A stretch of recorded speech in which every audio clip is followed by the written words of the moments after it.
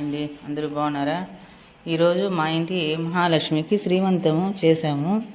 మేము ఎలా చేసాము, ఏమేమి దానికి వాడినాము వస్తువులు, అవంతా మీకు చూడాలంటే లాంగ్ వీడియోలో చూడండి. లాంగ్ వీడియో చూడాలంటే కింద లింకు క్లిక్ చేయండి, చూడండి. దానికి ఏమేమి మేము పెట్టినామో, ఏమేమి చేసినామో అన్నీ తెలుస్తుంది. ఏ విధంగా ఏమేమి వస్తువులు వాడినాము అనేది.